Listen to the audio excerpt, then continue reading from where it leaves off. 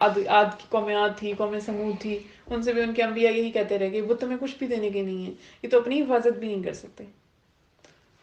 لیکن قوموں کا جواب ہمیشہ ایک جیسا رہا ہے. اب آہستہ آہستہ نکل کے جب انہوں نے اپنے والد سے کے بعد باہر کے لوگوں کو انہوں نے بتانا شروع کیا اور توحید کا پیغام دینا شروع کیا، توحید کی دعوت دینی شروع کی، اب لوگوں نے بھی پھر وہی انہوں نے کہا نہیں.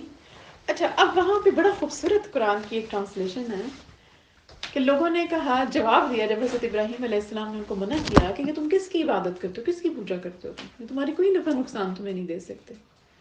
تو لوگ کہتے تھے، لوگوں کا وہ بڑا مشہور جواب جو ہر نبی کو لوگ دیتے رہے ان کہ ہم نے اپنے بڑوں کو ایسا کرتے دیکھا ہے. اور یہ بہت بڑا ایک لمحہ فکری ہے ہمارے لیے کہ جو بڑے کرتے ہیں نا، بچے اس کو ضرور فالو کرتے ہیں.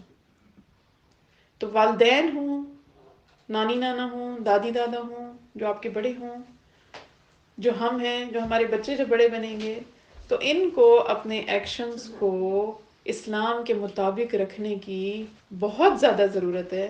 کیونکہ جس غلط عقیدے کو ایک بار یہ پکڑیں گے، ان کی اولادیں ساری کی ساری ہمیشہ اس غلط عقیدے کو پکڑیں گے.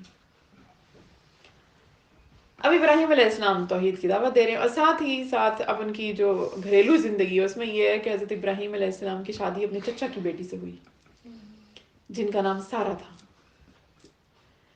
اب سارہ کے بارے میں کہتے ہیں کہ سارہ اتنی خوبصورت تھیں، میں نے آپ کو بتایا تھا نا کہ پہلے جو کائنات کی حسین ترین عورت تھی وہ اماں حوا تھی.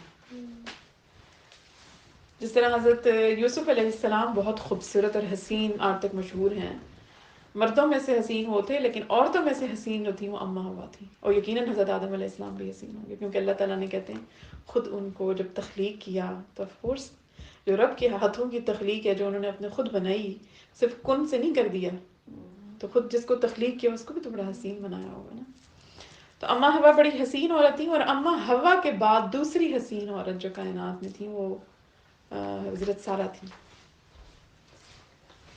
لیکن بانجھ تھی، ان کی اولاد نہیں ہو سکتی تھی. اب یہ اس ٹائم تو نہیں پتا ہوگا، اس ٹائم کوئی میڈیکل نہیں ہوتا، کوئی ایسی چیز نہیں ہوتی. یہ بعد میں، یہ تو اب ہم آ کے کہتے ہیں نا کہ وہ بانجھ تھی، اس ٹائم تو ان کو نہیں پتا ہوگا کہ وہ بانجھ ہیں یا کیا اولاد ہو سکتی ہے نہیں ہو سکتی. تو ابراہیم علیہ السلام کی شادی ساتھ ہی سارہ سے ہو گئی. اب سارہ کی ایک خوبی یہ تھی کہ وہ بھی بتوں سے بیزار تھی، اور وہ بھی توحید کے اوپر تھی. اللہ نے اپنے نبی کو جوڑ بھی ایسا ہی دیا.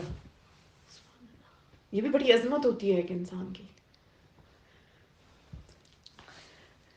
کہ انسان جو ہے وہ اس کو ساتھ بھی ایسا ہی ملے جیسا انسان کی اپنی سوچ ہے. یہ بہت بڑی ایک، ایون اگر ہم بھی دیکھیں نا، اگر ہمارا پارٹنر ہماری سوچ کا ہو تو زندگی کتنی آسان اور سہل ہو جاتی ہے. تو جن انبیاء کو اللہ تعالیٰ نے اتنے بڑے بڑے مقاصد دے کے دنیا میں اللہ تعالیٰ بھیجتے ہیں، تو پھر گھر کی سپورٹ بھی ان کو دی. کہ حضرت نوح علیہ السلام کے معاملے میں ایسا نہیں تھا. حضرت نوح علیہ السلام کی جو زوجہ تھیں وہ آخر تک ایمان نہیں لائی، ان کی بیوی نوح علیہ السلام کی بیوی بھی نہیں لی. اور ساتھ ہی حضرت ابراہیم علیہ السلام کے جو بھتیجے ہیں لوط علیہ السلام، ان کی شادی کس سے ہوئی؟ اس عورت کا نام تھا ملکہ، لیکن وہ بھی ایمان والی عورت نہیں تھی. اور لوط علیہ السلام کی بیوی کے بارے میں وہی ہے نا کہ وہ اینڈ تک وہ بھی ایمان نہیں لائی، تو وہ بھی تباہ ہو گئی تباہ ہونے والوں کے ساتھ جب لوط علیہ السلام کی بستی تباہ ہوئی تھی. لیکن یہ خوش نصیبی اللہ تعالیٰ نے اپنے حبیب کو دی حضرت ابراہیم علیہ السلام کو، کہ ان کی بیوی بھی جو تھی وہ ایمان کے اوپر تھی، اور وہ بھی بتوں سے بیزار تھیں، اور ابراہیم علیہ السلام کی توحید پر وہ ایمان لاتی تھیں. تو یہ بہت بڑی اللہ کی ایک رحمت یہ ہوئی سب سے پہلے. اب جب لوگوں کو منع کر رہے ہیں کہ تم یہ کام نہ کرو، بتوں کی پوجا نہ کرو، اور لوگ یہ کہہ رہے ہیں کہ نہیں ابراہیم، یہ تو ہم نے اپنے بڑوں کو ایسا کرتے دیکھا ہے. اچھا، اب وہی والی بات ہوئی نا کہ لوگ جب اپنے عقیدے کے خلاف، جب وہ ٹائم ایسا تھا ابراہیم علیہ السلام کا جب ایک بھی مومن اور نہیں تھا کائنات میں، اس ٹائم ایک بھی مومن اور نہیں تھا اسلام کے دور میں، صرف سوائے حضرت سارہ کے اور لوط علیہ السلام کے. بس یہ تین لوگ جو تھے وہ یہ تین ایمان کے اوپر تھے. اچھا، نہ ان کے والدین، کوئی اور اس کہتے ہیں اس کرۂ ارض کے اوپر مومن نہیں تھا. تو ابراہیم علیہ السلام نے اب دیکھا کہ جو بابل کے لوگ ہیں، جو وہاں کے لوگ تھے، وہ صرف بتوں کی تو عبادت نہیں کرتے تھے، وہ ستاروں کی بھی عبادت کرتے تھے. تو ان کو لیسن سکھانے کے لیے ابراہیم علیہ السلام نے کہا، کہتے ہیں یہ قرآن میں لکھا ہوا ہے ڈائریکٹ، کہ ابراہیم نے پہلے ایک ستارہ دیکھا تو ابراہیم نے کہا چلو میں اس کو رب مانتا ہوں. اس کا مطلب یہ نہیں تھا کہ وہ ابراہیم علیہ السلام نے رب مان لیا تھا اس کو، صرف لوگوں کو دکھانے کے لیے، ان کو ایک سبق دینے کے لیے کہ چلو دیکھو میں بات مان لیتا ہوں، یہ رب ہے میرا، یہ ستارہ. لیکن کچھ عرصے کے بعد، کچھ ٹائم کے بعد ستارہ جو ہے وہ غروب ہو گیا. تو جب وہ غروب ہو گیا تو انہوں نے کہا لوگوں دیکھو یہ تو ستارہ ہی غروب ہو گیا، میں ایسے کو رب نہیں مانتا جو غروب ہو جائے. یہ دیکھو یہ چاند جو ہے نا، اب دوسری پھر کیا آیت آئی، اس کا ترجمہ آیا کہ یہ چاند جو ہے یہ میرا رب ہے، میں اس کو رب مانتا ہوں. اب چاند کو دیکھا تو دن کو چاند غائب ہو گیا. پھر انہوں نے کہا چلو میں سورج جو ہے نا یہ سب سے روشن ہے، وہ سب سے بڑا ستارہ نظر آتا ہے نا یہاں سے ہمیں، سب سے بڑا ستارہ ہے، میں اس کو رب مانتا ہوں.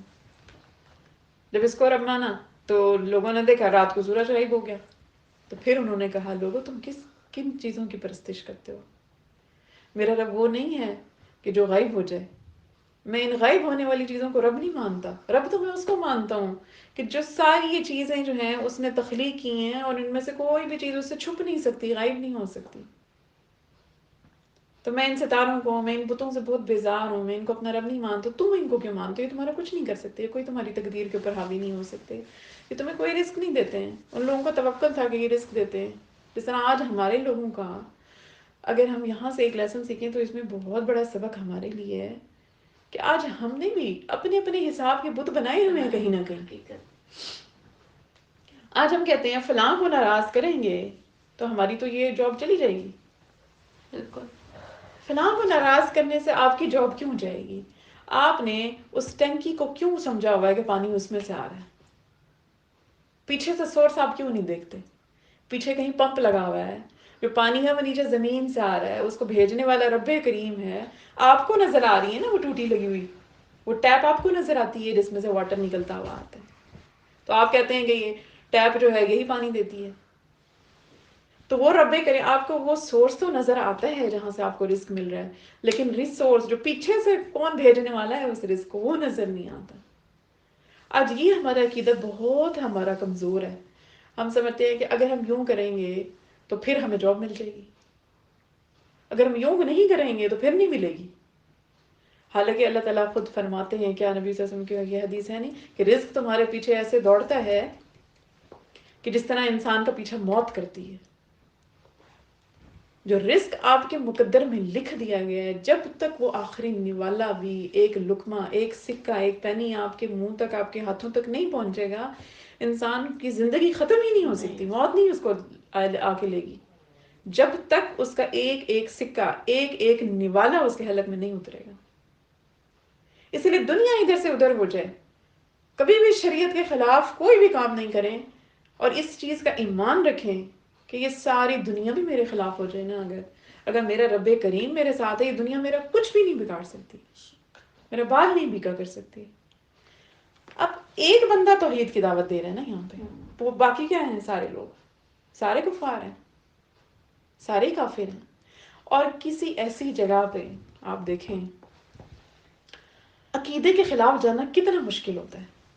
اگر 100 لوگ ہوں نا ایک بات کر رہے ہوں، اور ایک بندہ کہے کہ نہیں یہ ان لوگوں کی بات ٹھیک نہیں ہے، بہت کم لوگ ہوتے ہیں جو جرأت کرتے ہیں یہ کہنے کی 100 لوگوں میں سے 100 کو پیچھے کر دیں، 10 میں نہیں کوئی صرف بات 10 کرتے. لوگوں کا اگر ایک گروپ ہو، 9 لوگ ایک ہی بات پہ پکے ہوں، اور ایک بندے کو لگے کہ نہیں یہ جو بات یہ غلط کر رہے ہیں، یہ غلط کر رہے ہیں، تو بہت کم وہ لوگ ہوتے ہیں جو ان 10 میں سے ایک بندہ بولتا ہے کہ نہیں یہ آپ لوگ جو کہہ رہے ہیں وہ ٹھیک نہیں ہے، حقیقت یہ ہے. اور کہاں کہ پوری کائنات کفر کے اوپر ڈٹی ہوئی ہے. اور جرت اور رسپانسبلٹی دیکھیں نا اللہ نے پھر کیسے دی. ایسے تو مرتبے نہیں دے دیے انبیاء کو، ایسے تھوڑی رتبے دے دیے. اب ابراہیم علیہ السلام نے